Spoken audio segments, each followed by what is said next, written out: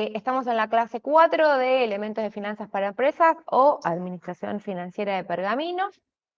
La unidad que vamos a ver hoy es la estructura de capital. La vamos a empezar y la vamos a terminar. Los contenidos conceptuales de esta unidad habla de las decisiones de financiación, el cálculo del costo promedio ponderado de capital o el famoso WACC, las financiaciones con capital propio o con capital de terceros, el concepto de la estructura de capital, las proposiciones de Modigliani y Miller, que van derecho al parcial, así que Modigliani y Miller traten de verlo y reverlo y estudiarlo con mucho cariño, tanto supuestos como gráficos. La estructura óptima de capital, si es que existe, la política de endeudamiento de la empresa y el apalancamiento de capital de la empresa y la relación con la rentabilidad. Lo primero que vamos a ver hoy es el WACC, y les estaba comentando de la bibliografía.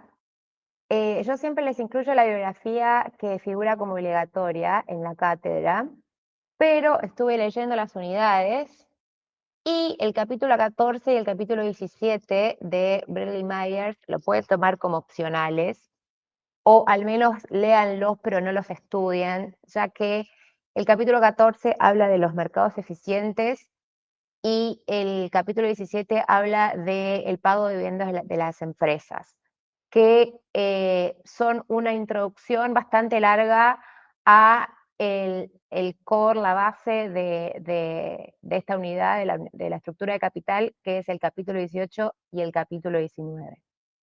Y después de Dumrauf sí está todo el capítulo 13, que básicamente habla de Modigliani y Miller, y el capítulo 14.1 es solo una hoja, es la primera hoja que relaciona el CAPM con Modigliani y Miller.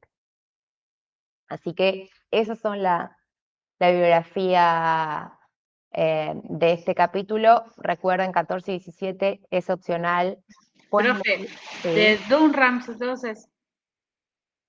No, Bradley Myers, 18 y 19 obligatorio, 13 obligatorio y 14.1, que es la primera página del capítulo 14.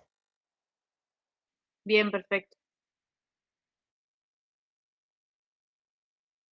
Como les comentaba hoy, nosotros estuvimos estudiando todas las decisiones de inversión cuando hablamos de portafolios eficientes y demás, que estuvimos viendo el lado izquierdo de la ecuación patrimonial fundamental o de los activos. Hoy vamos a comenzar con las decisiones de financiamiento, donde la estructura de capital es la decisión más importante y se ve en el lado derecho de la ecuación patrimonial fundamental, ya que la combinación de financiamiento entre deuda y capital se denomina estructura de capital. Como usted ahí ven, el pasivo, que sería la deuda, y el patrimonio neto, que sería el capital.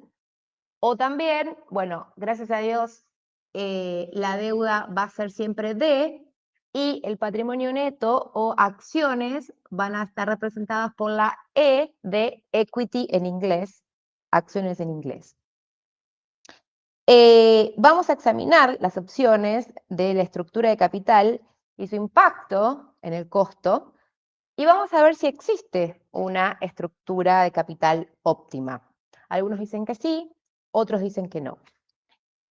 Vamos a empezar con la tradicional, pero vamos a ver que Modigliani y Miller demostraron que las decisiones de financiamiento no importan en un mercado perfecto, que el valor de la empresa está determinada solo por sus activos reales. Lo que dice Modigliani y Miller, que el costo no, tal cual, el costo de la estructura capital no puede afectar, o sea, el costo del lado derecho de la ecuación patrimonial no puede afectar ni agrandar ni achicar el lado izquierdo, que es la parte de los activos. Hay una anécdota que dice en el libro que es, si tengo una pizza la pizza va a seguir teniendo el mismo valor, la parta en 2 pedazos o la parta en 5 pedazos. No se va a achicar o agrandar por la forma en que la corte. En este caso es el valor de una compañía no va a ser ni más grande ni más chico por tener más deuda que acciones o más acciones que deuda.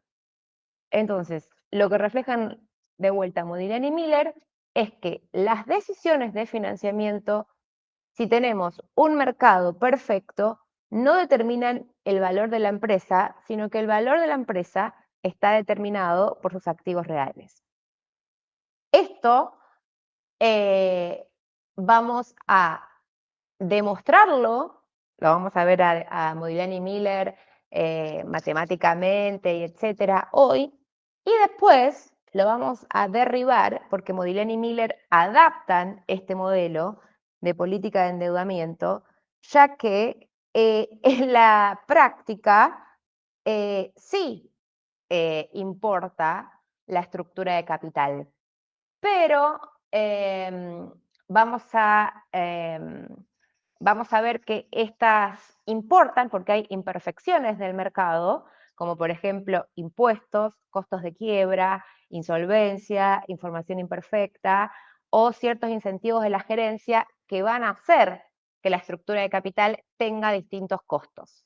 Pero como les comenté, primero vamos a ver Modigliani y Miller original, donde dicen que no importa la estructura de capital, para luego derribarla y ver que si un mercado deja de ser perfecto, la estructura de capital sí importa. Volviendo a la ecuación patrimonial fundamental, sabemos que para evaluar un activo necesitamos conocer el flujo efectivo que éste genera, el tiempo durante el cual se va a producir el proyecto y la tasa de descuento, o lo que es lo mismo el costo de oportunidad del capital, para traducir ese flujo efectivo del activo en un valor presente. Cuando la empresa financia la inversión, suele utilizar, como vemos en el gráfico, tanto capital ajeno como propio. Estos capitales reflejan diferencias de riesgo y de tratamiento fiscal, porque tienen diferentes costos. Ahí vemos que la deuda, el rendimiento esperado de la deuda es la inversión sobre la deuda, pero el rendimiento sobre la deuda también lo podemos tomar como tasa de deuda. Ahí vemos la igualdad RD igual KD. Y lo mismo con las acciones. El rendimiento esperado de las acciones es igual a los dividendos sobre las acciones, o que el rendimiento esperado de las acciones es igual a la tasa de rendimiento de las acciones. Les decía que estos capitales tienen diferencias de riesgo y de tratamiento fiscal y tienen diferentes costos. Por eso siempre la dirección, como la misión, como les digo, del directivo financiero, en este caso ustedes, es combinar estos capitales estos capitales de forma tal que el costo total sea el mínimo posible. El costo de capital, en este caso, actúa como una bisagra entre las decisiones de inversión y la decisión de financiamiento. ¿Por qué? Porque el costo de capital es un costo de oportunidad. ¿Por qué decimos que es un costo de oportunidad? Porque siempre, cuando hablo de costo de oportunidad, hablo de el costo de invertir en este proyecto versus una alternativa, por ejemplo, ponerlo a plazo fijo, y es marginal el costo de capital, porque el costo de obtener un peso adicional no es un costo histórico, sino es el último que consigo. ¿Esto qué quiere decir? Que si yo me financié hace un mes a 10%, no voy a tomar como otras veces de mi base de datos el costo de capital a 10%, sino que voy a tener que salir al mercado a ver cuánto es la tasa de mercado que me da hoy, y esto es importante para empresas que tienen una tasa de deuda más grande que el de acciones, porque si el mercado ve que estoy cada vez más apalancado, me va a cobrar un costo de capital más alto. Por lo cual, el costo de capital tiene un costo de oportunidad versus otra alternativa y es un costo marginal no es histórico, es el último que consigo en el mercado. El costo de capital, cuando hablamos de costo de capital, hablamos del costo de financiar mis activos, el lado izquierdo de la ecuación, o sea, los proyectos de la firma. Representa el costo de los fondos provistos por los accionistas y por los acreedores. O sea que el costo de capital es el costo de financiar mis activos, el lado izquierdo, que es igual al costo de los fondos que me prestan los accionistas en el patrimonio neto y los acreedores del pasivo con la deuda. El lado derecho es como la empresa financia mis activos y el costo es un factor. Un factor es el trabajo de las personas, un factor es la mano de obra.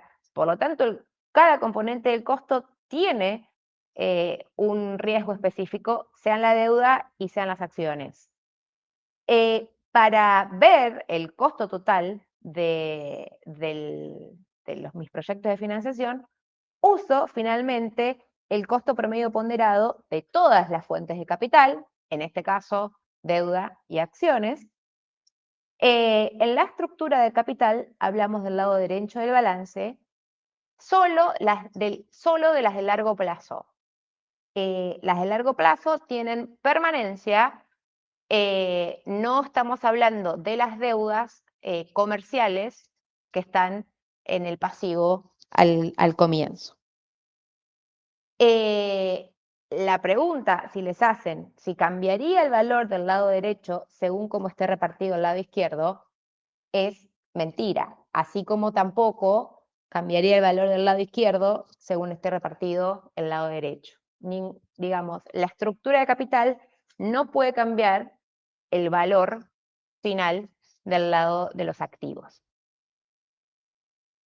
Como hablamos, y como ustedes ya vieron en la unidad 4, el WACC, que viene de sus siglas en inglés, Weighted Average Cost of Capital, o lo que sería en castellano CPPC, según como lo vean, pero en general se simplifica diciendo WACC en inglés, es la tasa de descuento que se utiliza para descontar los flujos de caja futuros a la hora de evaluar un proyecto de inversión.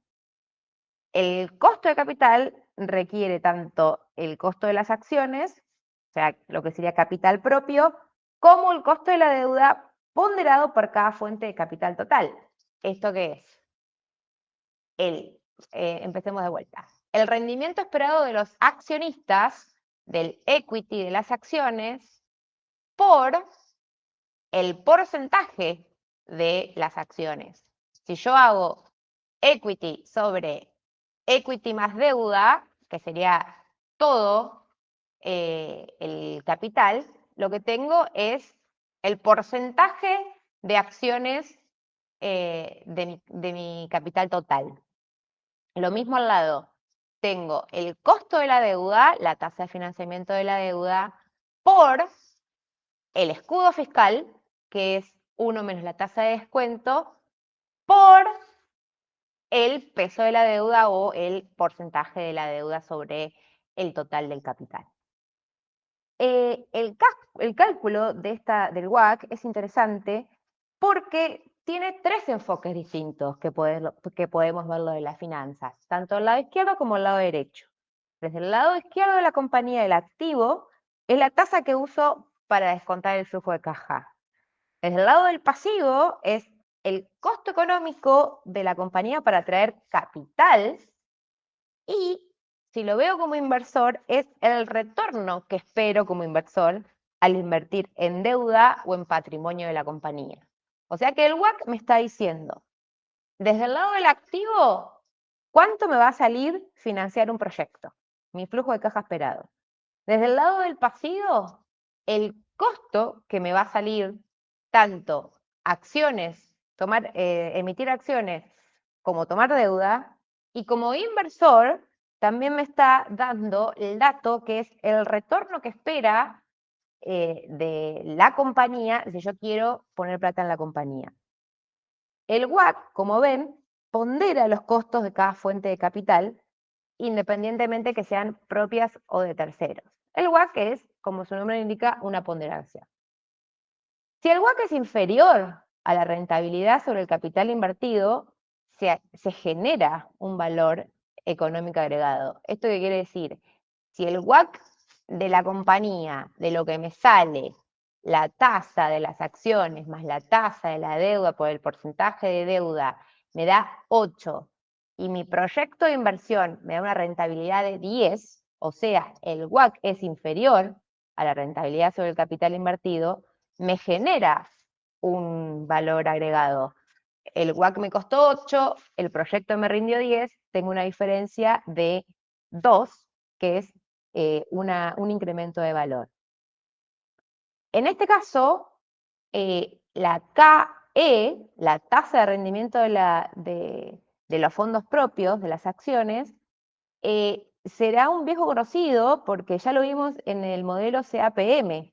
Digamos, la determinación de la tasa de rentabilidad de las acciones lo vimos utilizando el CAPM, que es el precio de un activo o de un portafolio.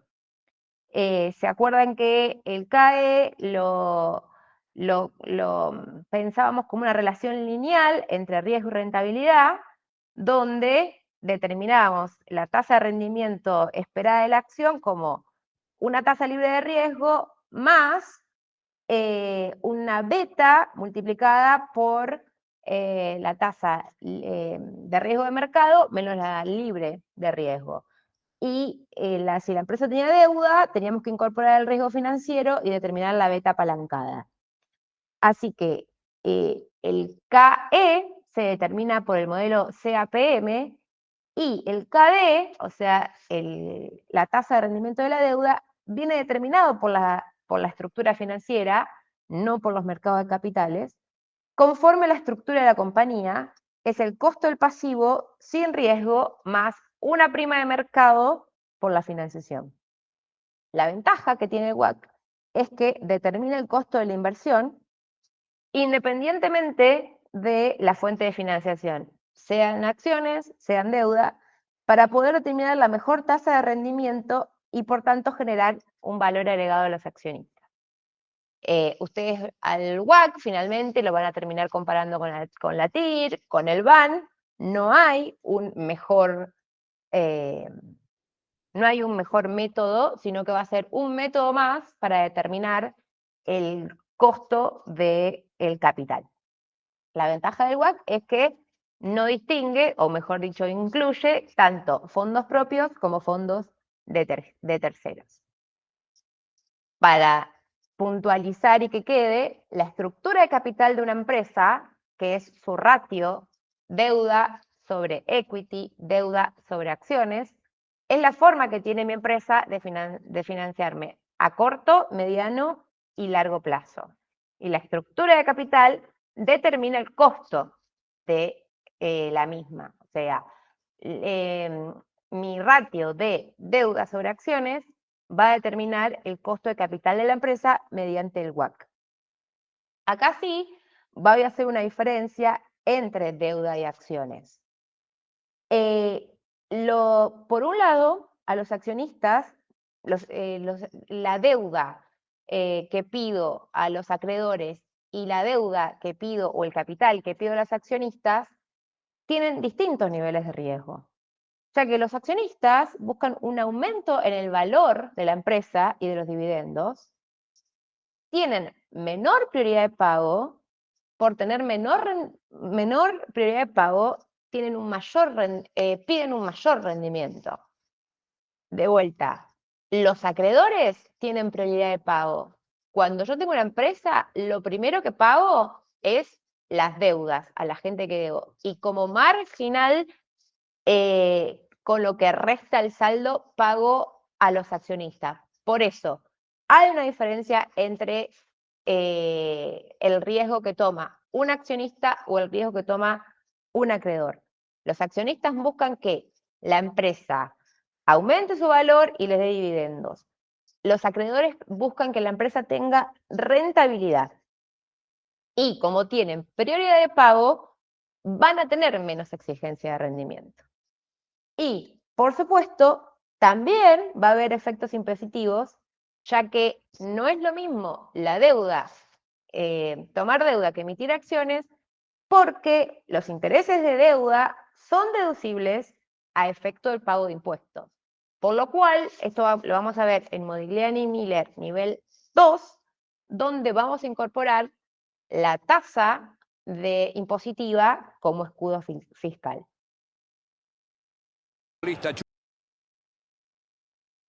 Para conocer el costo de capital de las empresas, ¿para qué me sirve?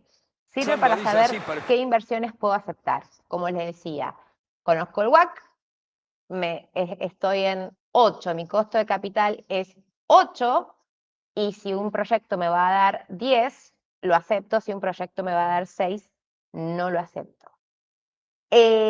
Todo lo que me reduzca el WACC va a aumentar el valor de la empresa.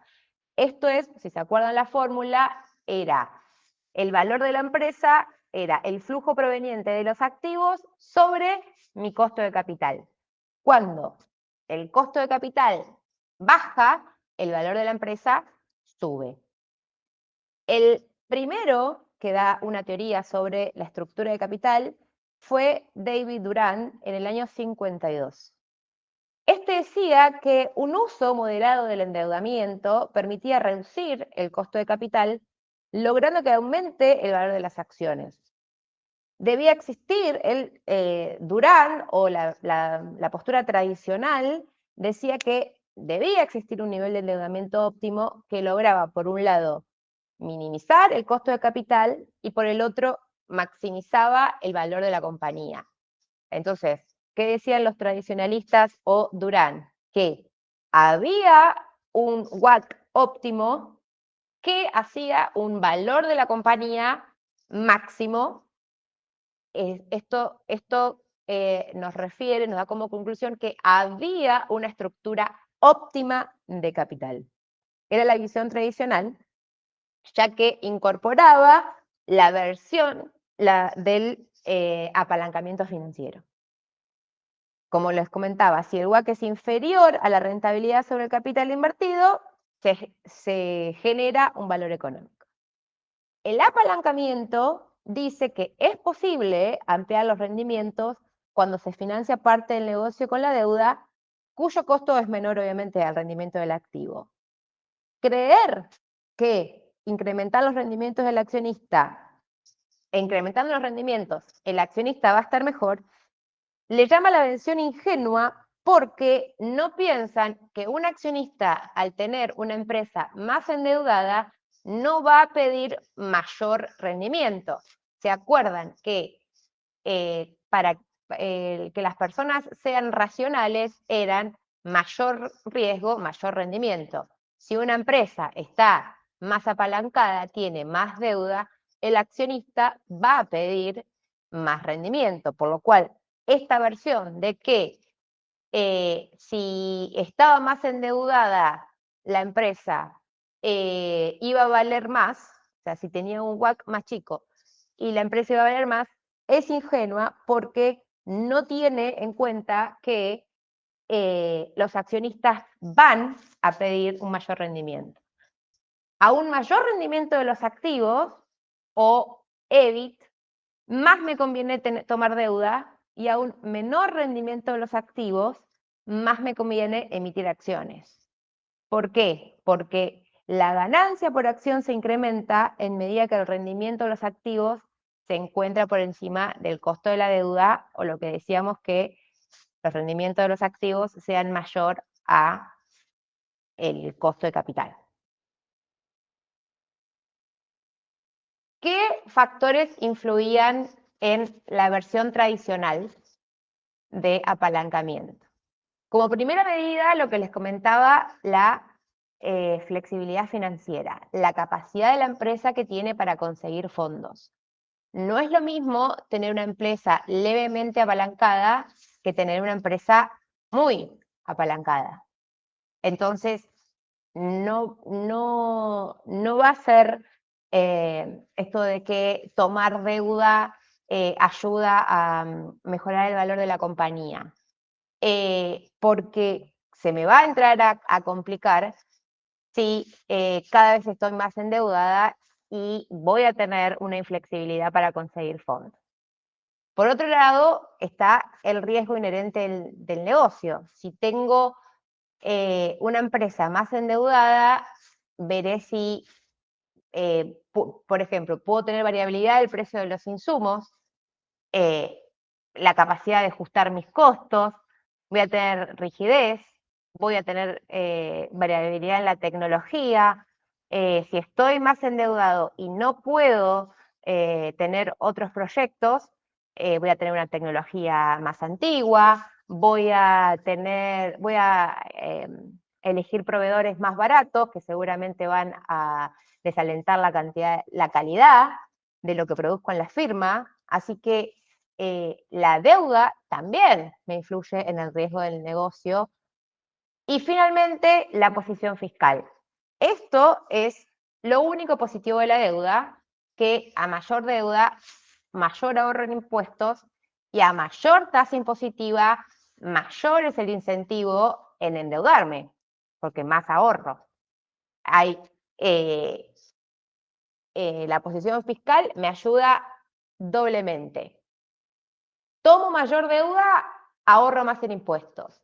Tengo mayor tasa impositiva, mayor es el ahorro de la proposición 1.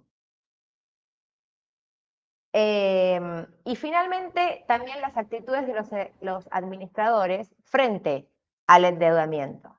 Van a ver que hay empresas que tienen políticas conservadoras de deuda y hay otras que tienen políticas agresivas. Las políticas conservadoras se van a ver que las tienen las empresas más grandes. Van a tener lo que se llama una fortaleza financiera o holgura financiera. Y las políticas agresivas van a ser cuando las empresas están más endeudadas y puede que estén, obviamente, más apalancadas y con mayor riesgo. Las políticas conservadoras, que es que me financio más con acciones que con deuda, son en general tomadas por las empresas que tienen más riesgos. Las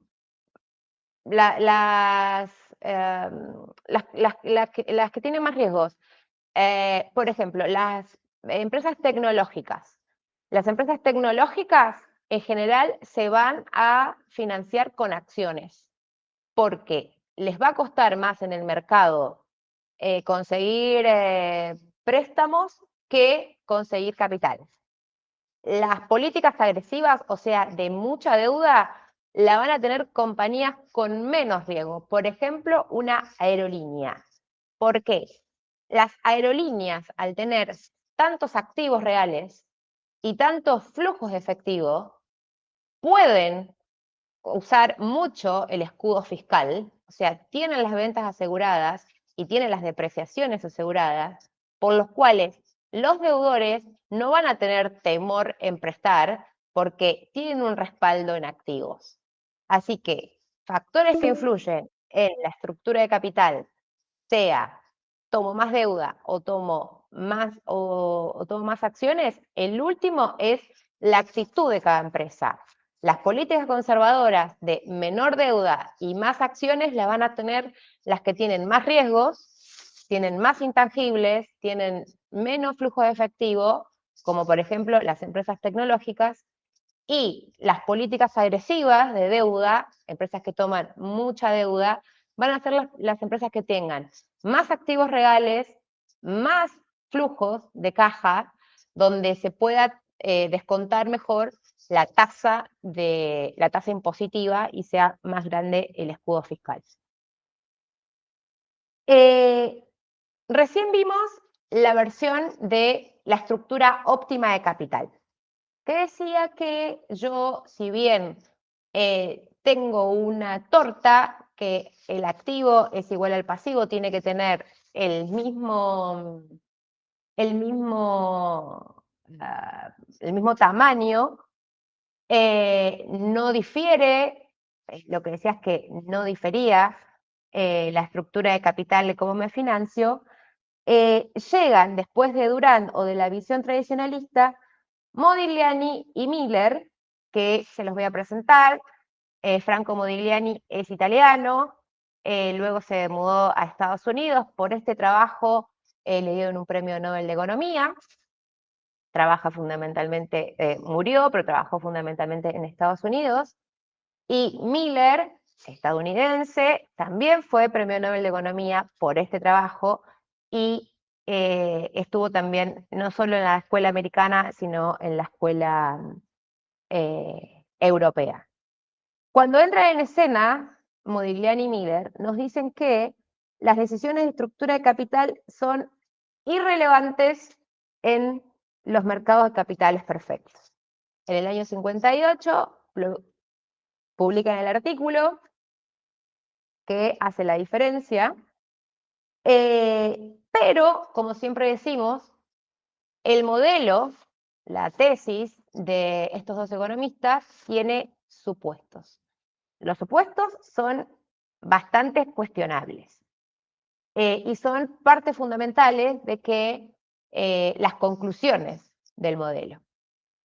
Los supuestos de Modigliani y Miller nos dicen que los dividendos son constantes, se distribuyen todos los beneficios, no hay impuestos, solo hay acciones y obligaciones en este caso deuda, y los inversores tienen iguales expectativas. ¿Qué quiere decir que tienen iguales expectativas? Es que la rentabilidad de la compañía es una variable aleatoria. Siguen los supuestos. Dice que los mercados son eficientes. Nosotros ya vimos qué significaba que los mercados sean eficientes.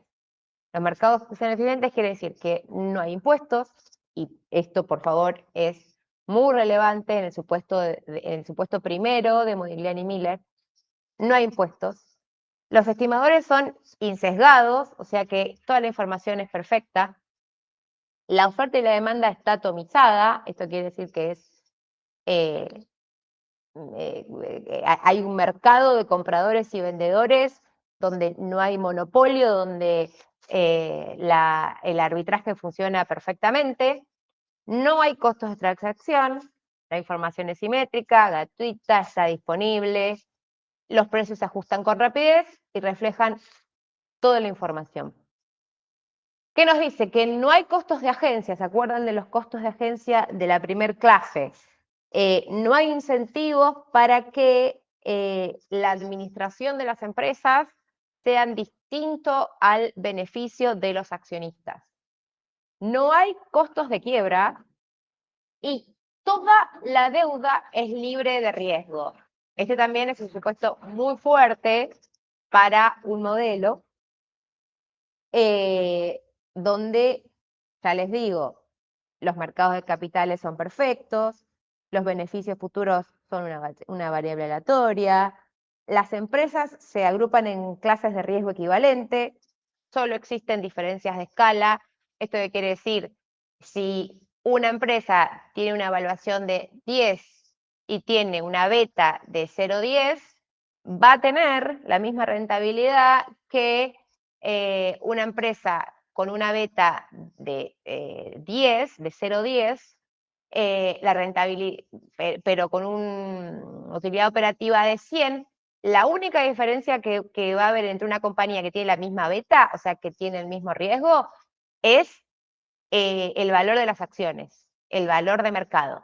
No, a mismo riesgo no hay un rendimiento esperado distinto. Mismo riesgo, mismo rendimiento esperado. Y bueno, fundamentalmente, como les comentaba, no hay impuestos, no hay costos de quiebra, que es lo que va a cambiar en el modelo más adelante. ¿Qué dice la primera proposición de Modigliani y Miller? Que el valor de mercado de una empresa es independiente de su estructura de capital. El valor de mercado de una empresa apalancada va a ser el mismo valor de una empresa desapalancada. No importa el ratio deuda-equity. ¿Cómo se demuestra en fórmulas? El valor de una empresa es igual a las acciones más la deuda, y con todos los supuestos que vimos antes, es el EBIT, la utilidad operativa, va a ser igual a una tasa de rendimiento Q, que también podemos ver que la tasa de rendimiento de la empresa desapalancada o apalancada es lo mismo si hago un pase de, de términos en la igualdad. Q va a ser igual a el EBIT sobre el valor. Ahí vemos que gráficamente en el eje Y tengo el valor de la empresa desapalancada. No hay en todo el eje de ordenadas al origen de distintas combinaciones de deuda equity un solo cambio. La empresa desapalancada vale lo mismo que una empresa apalancada, o sea que la estructura de capital no depende, el valor de una empresa no depende de su estructura de capital. Viene dado, el valor de mercado de la empresa viene dado por el resultado operativo descontado una tasa de una firma no endeudada. El Q es la tasa de firma no endeudada. También lo que me quiere decir es que en un mercado de capital eficiente, dos inversiones generan el mismo rendimiento, las dos inversiones que generan el mismo rendimiento deben tener el mismo valor. Esto es lo que les decía, de que hay una torta, esa torta no cambia su valor por más que la corte en 2 o 3 pedazos. La proposición 2 de Modigliani y Miller dice que el rendimiento esperado de las acciones es igual a la tasa de rendimiento exigida de una firma no endeudada más un premio por el mayor rendimiento financiero, donde KE es la tasa de rendimiento de las acciones, KD es el costo de la deuda o la tasa de interés, y el ratio que vemos al lado es la diferencia entre el costo de la empresa desapalancada multiplicado por el ratio de endeudamiento. ¿Esto qué quiere decir? Que el rendimiento que exige un accionista se incrementa en proporción al ratio de endeudamiento. Si yo soy un accionista, la tasa del equity, la KE, que voy a pedir es la tasa de una empresa desapalancada más la diferencia entre Q y Q2 multiplicado por el ratio de endeudamiento. A mayor endeudamiento, la parte derecha de la ecuación, mayor riesgo financiero. Entonces, el inversor quiere más rendimiento. Esto es la parte... Profe, Sí, ¿por qué siempre te dice que a mayor endeudamiento más riesgo? a mayor endeudamiento, más riesgo, porque lo que te comentaba atrás, lo voy a llevar un poquito, entre un montón de cosas, a ver, ¿qué influyen? La flexibilidad financiera, capacidad para conseguir fondos. Si tengo una empresa que vale 1000 y pedí 300, pedí 500, llevo 800 y quiero pedir 400 más, o sea, quiero pedir una deuda que va a ser mayor a mis activos, ¿me la van a dar a la misma tasa que pedí 100 al principio? Y es probable que venga un banco, me revise los estados contables, vea que estoy súper endeudado, que inclusive le estoy pidiendo un crédito que va más allá de mi capacidad de pago, más allá de que sea para un proyecto que supuestamente va a tener un retorno positivo, ¿no? Y me va a decir, yo no te voy a prestar a 10, yo te voy a prestar a 20, 30, 40, porque claramente estás en una posición más riesgosa. Ok. Esa es una. Dos, el riesgo del negocio. Si estoy más endeudado, por ahí voy a tener mis empleados que van a estar pensando si yo les puedo pagar o no. Mis proveedores que van a estar pensando si yo les puedo pagar o no. Mis clientes también van a estar pensando si me compran o no, porque por ejemplo, no es lo mismo comprar un helado que comprar un tomógrafo computado.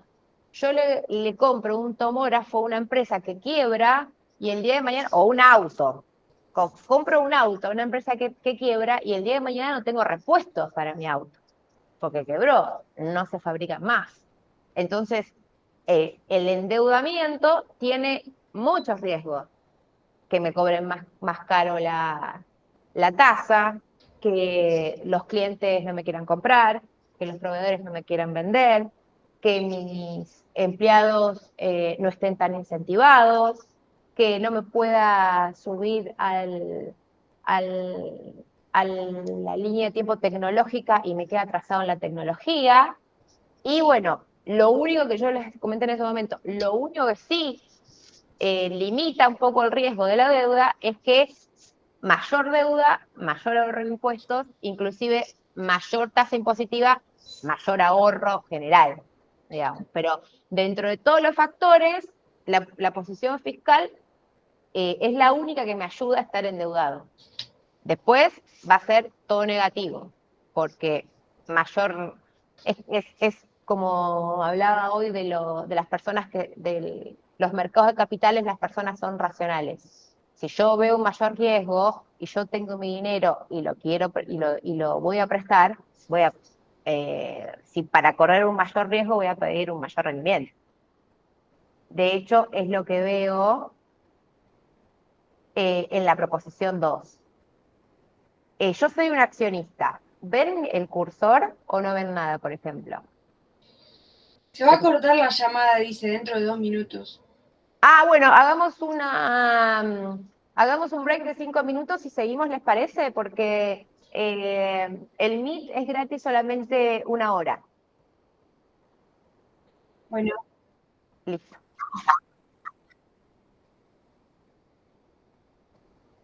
¿Con cuál? Bien, yo hablé con Alejo, que era el chico que daba antes, y no me comentó. Eh, Sí, me sí, si entras con el medio sabe. institucional no hay límite de tiempo. Porque Hermoso. es como que la UNOVA, o sea, se puede hacer clases con Meet sin problema. Bueno, la cosa es que te me cae más o menos inconveniente, lo pruebo. Pero ahora, si quieren, cortemos cinco minutitos, vamos a hablar y tomamos algo y volvemos.